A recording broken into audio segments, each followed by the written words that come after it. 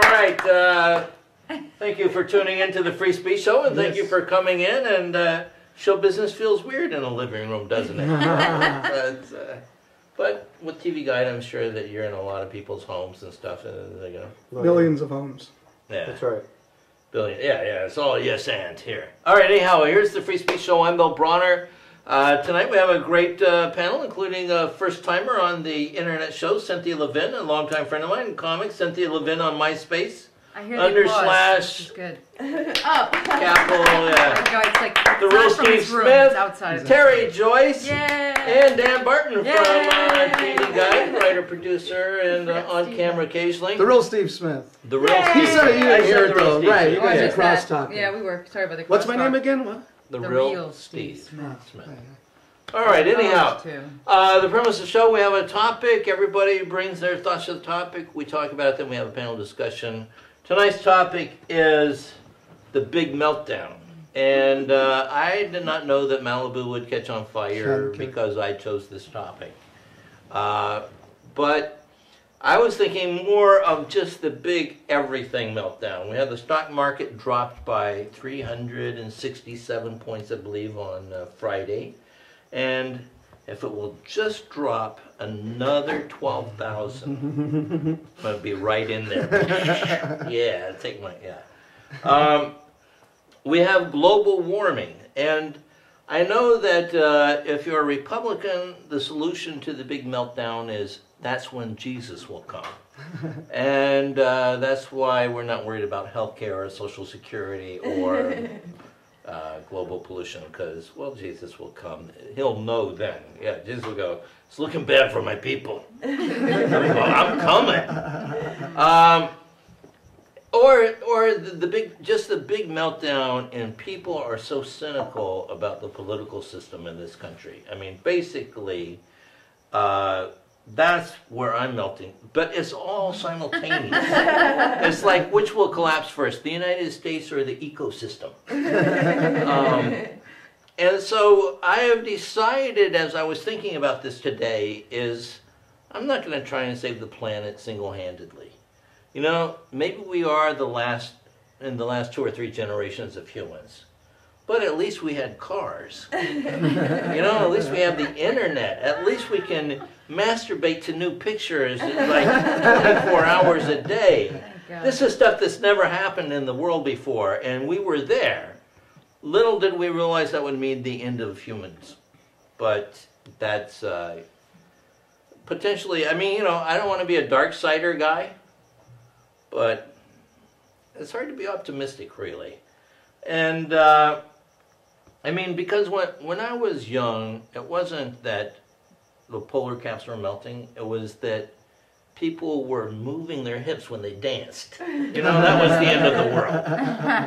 And so, you know, we have a new end of the world. And, you know, if you got to live in one period of time, why not the end? Right? Close it up. So, that's my thoughts on the big meltdown, and stay tuned. We have a great show for you. Our first performer, a gentleman, happy to have him back. He's Dan Barton. Dan. Thank you. Thank you.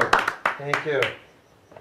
Thank you, Bill, and thanks so much for setting the stage so well. You know, the world is going to end. God, my care for youth is long gone. If you haven't bought a house, you're totally screwed. I think our government is about to collapse, and we have some comedy from Dan Barton. So this is about as good as playing a policeman's funeral, you know. Jenny was my partner, always first to the door, first to the skylight. But we're gonna have a tribute to him and collect for him and to Carol and the kids. But first, we got a comedian. All right, that was great. Thanks, Bill. Yeah, I'm going like 2 or 3 generations. You know, that's as long as you think. Well, now I have a good I have a good reason to not have any children, which is really going to cut a lot of first dates short. Because when you're in your 40s, you go out, you date someone in their late 30s, and it's like, hi, how you doing? I'm doing fine. Baby now. What? I'm sorry? Baby now. Baby now. I'm sorry. You know, they just, if you have a motile sperm count, then you're fine. Pretty much it, you know. Oh, God. Well, the meltdown, the big meltdown for me is this bad Chinese food I had in New York that is still with me. I found bad Chinese food in New York. I was in New York last week. And by the way, it's warmer there than it is here. You know, the squirrels are sweating in Central Park. Like, Jesus, son of a bitch. But I think you're right. The actual meltdown that we have is actually in faith and trust in our government and in our institutions. And I think that one that is... everyone talks about the real estate market melting down, and that's how come we're watching the Malibu fires and going, yes! No,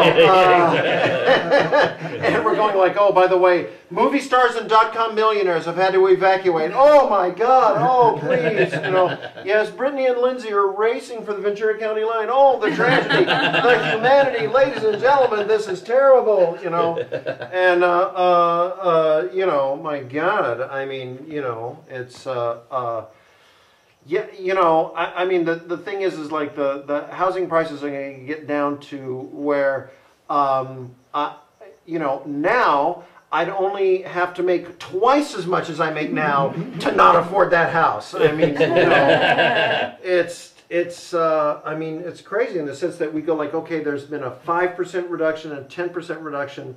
I mean, there's got to be a meltdown because you talk about a meltdown because everything's at a bubble. You know, I mean, the stock market is like everybody going 20 years ago, the stock market had the crash of October of '87. Well, what did it drop then? 800 points? In one day, yeah. In one day, it dropped 800 points. I can do 800 points of the stock market standing on my head. You know, I'm invested in mutual funds at the yin yang through retirement. You know, for those of you who are watching and think that a 401k is something you put into a Chevy, it's actually a retirement vehicle. You know, and so because I mean now it's at 14,000. It needs a meltdown. The stock market needs a meltdown, and in order for us to recover from what Alan Greenspan called irrational exuberance. You know, I mean, the stock market needs a meltdown, and the Earth's environment's getting way out of fucking hand. No, I'm kidding. Drink those. You know, it really. You know, I mean, these things are just so overinflated and overpriced that I think that they do need to come down a little bit. You know, but the thing that I don't think we can recover from is this cynicism over the Bush administration, the Iraq War, because you know, I mean, it's like for global warming for so long, it isn't that global warming is happening, it's that for so long it was denied. I wrote a special for the Weather Channel 3 years ago where they said, this isn't very funny, but it's true, where they said you have to refer to it as a controversy. You have to say further research. Because the Weather Channel is funded by NOAA, the National Oceanographic and Atmospheric Administration, something like that. And they said, if you say there's such a thing as global warming, we will lose our funding. So don't say it. Wow. And I said, okay. Can I say the Holocaust was real? Or are you going to lose your funding there, too? You know? And they go, well, Turkey will be real mad at us. Just don't. You don't have any. And take off that Zanku chicken T-shirt because it's Armenian. So now it's the thing is like my real regret about the Iraq War is that 5 years ago I didn't buy a lot of stock in Halliburton because then I really would have made a killing. So anyway, that's it as far as the big meltdown. I mean, we're referring to meltdown in the negative part, but the thing is that if there are meltdowns, there are some meltdowns that should happen, and if they do, like you said, we can get back, average citizens like us can get back in on the ground floor and actually own a home, actually have a retirement, and actually elect a president as opposed to letting the Supreme Court do it. Yeah. All right, thank you. Good night. All right, Dan Barton. Indeed. There goes my job at GBK. Well, you know, as Dan was saying, I remember the last time that the housing market was crazy like this was in the late 80s, And then we got hit with the trifecta. We had the Rodney King riots, Right. we had the earthquake, and we had the fires in Malibu then. And people were leaving California in droves. That's right. And I just want to invite people to start leaving again. I just want to say, you know what? Take these overpriced houses, give them back to the bank, move somewhere where they're even more overbuilt. And here in Phoenix right now, you can buy like a 4-bedroom house in Phoenix for like $120. So we're going to miss you, but the traffic's going to be good. All right, we have from Tere Joyce at MySpace/.com. Tere Joyce. Thanks. Tere. Thanks. I actually think that the Iraq war, is having a meltdown, and I think it's actually starting. And how this happened was I was in Lima, Montana. And I got up and I turned on the TV, and the first channel that came on I thought was CNN, but it was the 700 Club. I swear to God. You know? And then the weird guy in the suit comes on and goes, "Give us the money." It's 700. I go, "What? How did I get these two things confused? What a manipulation this is, you know?" And so I was watching it, and the reason why I thought that was they had a picture of General Petraeus. And a quote from him, and it said, "It is now okay to be gay and come into the military.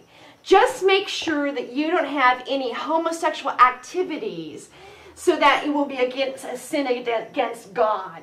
And I'm going, fuck, General Petraeus. Is he gay? Like, maybe it's General Begaeus, you know? I mean, like, I'm like, what's going on? And then you see the 700 Club, which is the highest hypocrisy. I mean, like, why would they put on him making a statement about sexuality, about that they absolutely opposed to, right? Why would they do something like that? The sign is that the people's belief that they've manipulated are beginning to become against the war. So we're so desperate to recruit people that they have him saying, "It's okay for the gays to come in." That's like because we have no one left. Right. You know? That's like being like being a beautiful man and going to the fat girl and going, "Guess what? It's your lucky day. I'm gonna fuck you now." Because there are no other women left on the planet. Come on in and join the team. And that's where I think that, in a positive way, there's a meltdown happening. Because we're all of a sudden going, fuck, wait, this is not right. You all duped us, And now people are going, no, we don't like it anymore. And so you've got the 700 Club saying that General Petraeus is letting gays come into the military. Right. That's where I think the meltdown is. So that's thanks. Tere Joyce. Yeah. All right. So donate your DVDs of Judy Garland movies, Wizard of Oz, to the USO. They don't have Easter Parade, the double DVD edition. More cologne in those packages, those care packages. We're redecorating our ends. Yeah. A little Old Spice there for the guys. Feel manly. Our next performer, a good friend of mine. You can Google him, theRealSteveSmith. Yeah. The Keep it going, keep it going, keep it going, keep it going, and we're here. Hey! Bill, how you been, man? It's good to be back at the Free Speech Show. It's good to have you. Tonight, I think the thing is it's within us. We motherfuckers need to stop hating each other. That's the key to the whole thing. The media. We all know that they're lying in the media. But no one is realizing that 100% of the time. That's the problem. They're lying to you. So what? It's like the Latinos and the blacks. There's no race war going on. And you know that. You see a guy, they're of a different race. You see him in a store or something, and what do? Say, "Hey, what's up? How you doing?" That's what it is. But we don't take that to the voting booth. So I'm tired of bitches that are just hating on each other. That's the problem. It's going to start with you. It's going to start from within. So you go to 7-Eleven, and the guy says, 1 pack of Marlboro, and you say no. I said a 4-pack of Trojans. And you don't get pissed about it. You just tell the man what the hell it was that you said. You know, you got people walking, oh, the fucking 7, you know, raghead, towelhead guy. It's like, fuck all that shit. Everybody already knows that we're all the same. Right? I mean, even like the red state, blue state, you know, bullshit. You know, you were just in Montana, and it's like no one was like, oh, you fucking freak, get out of town, you freak. But if you read the newspaper, if you watch the news, that's like the story that they're giving you. That it's this complete us against them kind of thing. Yeah. And the people who benefit from that hate the fuck out of all of us. That's the difference. So if you can't benefit from hating, then what the fuck are you hating for? Right? Right. I mean, you know, you got your Republicans and you got your Democrats, but if you're standing there talking about, well, I'm going to vote for the Republican because he's going to do something about the war. So I'm going to vote for the Democrat because he's going to do something about health care. It's like at the end of the day, those two teams are working together. And they don't give a damn about you here on the ground. So if we can just stop, and if you can just stop hating each other and looking at things on this black and white and us and them level, then I think we could start to stop the melting down, because it's not the institutions around us, it's us that are letting these things occur. So just say what's up to a motherfucker. You know, that's all I'm saying. Hey, how you doing? What's the big deal? If that shit doesn't work, you can always change and go back. You know, I'm going back to my tribe, you know, fuck it. But hell, just give it a shot for a little while and see whether or not something improves. I'm the real Steve Smith. I'll see you in the big money round. All right, real Steve. Spreading the love. Fuck the haters. Of course, I'm not buying it. I mean, you know, yeah, hey, what's up, motherfucker? We're both being repoed, right? Yeah, right on, motherfucker. Hey, gas is $5 a gallon. Exactly. Right on, my brother. You got to join with that guy and split the car time, you know? When I'm not driving it, you drive it. Let's go. Now we got a car. All right, first time caller, long time listener. My good friend Cynthia Levin, who actually was on the very early free speeches, like within the first 2 or 3, and good to have you here. Free speech on the net. Cynthia Levin, MySpace. All right, first timer.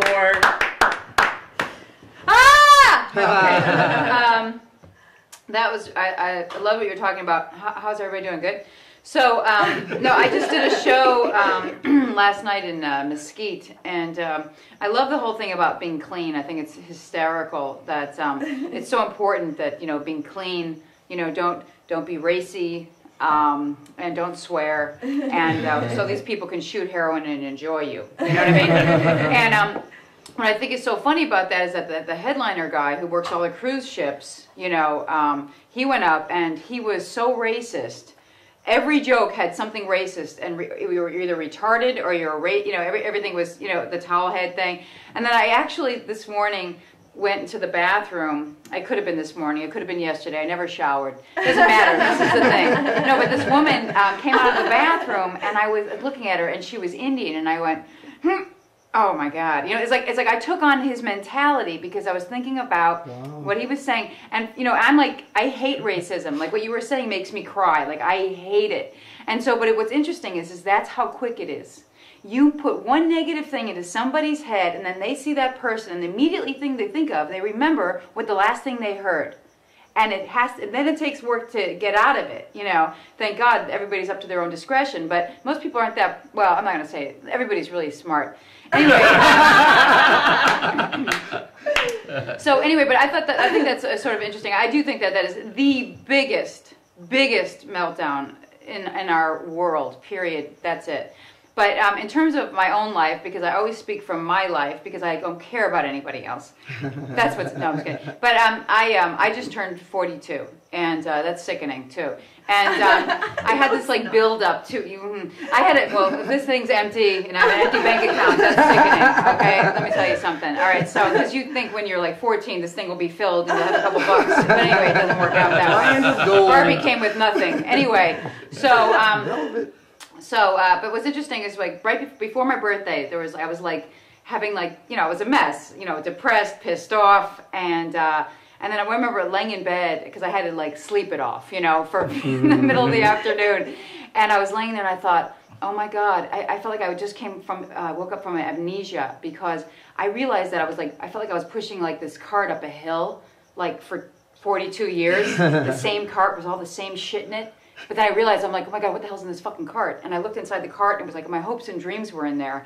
But I didn't have the same feelings about them anymore. And I'm like, oh my God, I'm still going up a hill. I still have this fucking, and if I let go of the cart, I am going to roll down backwards and I am going to die. So I have to hang on to this shit. But what the hell is it? And what am I wearing? And where is everybody? And where the fuck am I living? How sickening is this fucking... Anyway, so it was like a realization. And so... that my dreams had changed, you know, and now like my dreams literally did change because now I'm dreaming about having kids. Like and like I have a kid now. All of a sudden, I never wanted one before. I could barely babysit. You know what I mean? My childhood memories would come up like, don't look at me. I can't.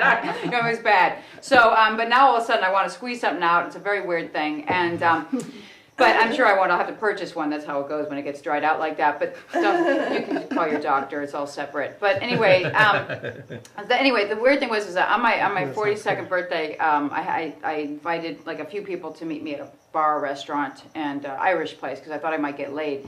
Anyway, it didn't work out. But so then I started to get nervous that nobody was going to show up. So I started to invite everybody I saw. Hi, hey, people I don't know about, care about, just please come to my party because I think I might pass away that night. So anyway, so people actually came, but they all came by themselves, which was nice. Then I got nobody new to meet. All right, anyway, so, but the worst part was this girl showed up like third, and she was this lesbian who I barely know, and she looked at me and I said to her, I said, hey, look, I'm wearing a dress because I got all dolled up. I blew dried my hair straight so I can pass for being a non-Jew. I really worked it out that night, you know. And I said, look, I'm wearing a dress. And she goes, yeah, you look really Jewish. Like, what? She's like, what? What's nothing wrong with it? I like Jewish girls. I'm like, I don't give a fuck about what you like, you know. Anyway, so anyway, that's how the night started. And then everybody wanted to take a picture of me with their phone, you know, camera phone, because those are fancy. And so because I was wearing a dress, I don't wear dresses because I'm afraid Sandy's gonna run away. You know what I mean? My crotch. Anyway, so everybody started taking these pictures of me, right? And they're like, okay, go stand over there, you know. And they're you know, like doing this whole thing, and then after each picture, I swear to God, they all go, no. Why don't you just lean, you know, do something, I don't know, you know, then maybe turn around, you know, whatever. And so I'm like an idiot. I'm like, you know, doing all this stuff, like, no. And then I got so pissed. I'm like, give me fucking cameras, kill everybody in the fucking place, right? That's how my party started, you know. It ended with a lesbian grabbing me, like, and I'm in a dress. I feel like an idiot. I'm like, stop it, don't, you know, like. I feel like such a stupid, like, cunt, I can say. And so she's grabbing at me in my stupid dress. And then all my friends, we were all sitting on the patio, and they ended up getting egged by the neighbors of this restaurant. Some crazy person was living. So everybody got egged, right? Except for me and the stupid, you know, the stupid lesbian. We're like sitting there like, fuck, we should have both been egged. You know what I mean? It was just, anyway, so everybody got egged. And by the end of the night, she grabbed at me some more. And everybody was gone. She was still grabbing at me, and then she made me buy her a drink, so I had to go into my birthday cash to get her a drink in my little purse that I was using. And then she started screaming at me. She's like, you have to let me stay at your apartment. You're not gonna let me drive drunk, are you? You're not gonna let me drive drunk, are you? And I'm like, well, where do you live? North Hollywood. You have a couch, don't you? And I'm like, she's like, oh, fuck you. You're gonna let me drive home drunk? And I like, yes, I am. Okay, so I'm going to have to let you do that. And I heard her, you know, take off. And, like, that made my night. Isn't that the weirdest thing? With the hopes that she, no, I'm just kidding. But that was my, like, that's how it all ended. You know, this thing actually sewed itself up through the night, you know what I mean? Which was, so she couldn't run away for sure. And, but anyway, like, to me, like, I don't know, I think that's my personal meltdown is, you know, just of awareness of, like, everything you wanted your entire life. All of a sudden you don't want it the way you wanted it anymore. Now you want something else.